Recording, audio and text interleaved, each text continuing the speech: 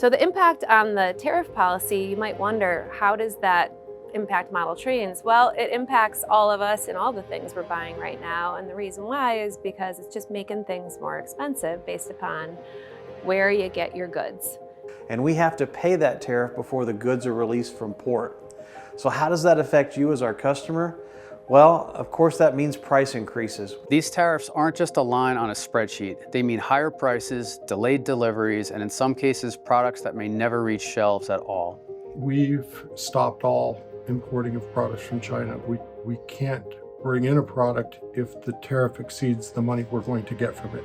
But that's also a challenge, because if we all delay shipments and they start arriving at the same time, you won't have the budget to be able to pay for all the trains you have on pre-order. These tariffs aren't just penalties. They're an embargo that threatens the viability of the entire hobby and toy industry. It's hard. It's very difficult. It's a real challenge. Every day, we walk into work with the goal to expand our great hobby.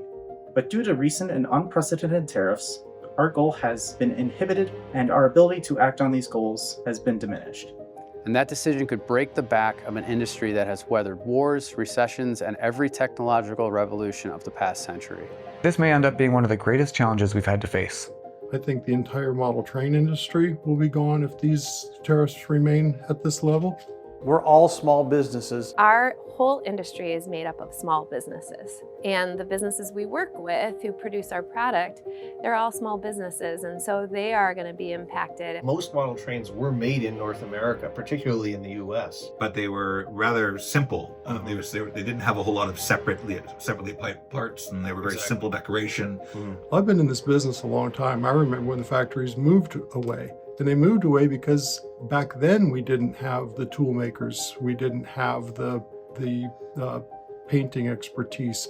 The industry never existed here. Exactly. The whole industry of super detailed model trains. The real high-end model railroad industry started kind of in Japan and then went to Taiwan and then South Korea and then to China. So this has never been a United States business. We just didn't have the supply chain necessary to build this complex a product. Would it be possible to build it here? Possibly. But all the companies in this industry will be gone long before they have time to set up any type of alternative manufacturing. And at a retail cost, we're looking at about 5 times the price.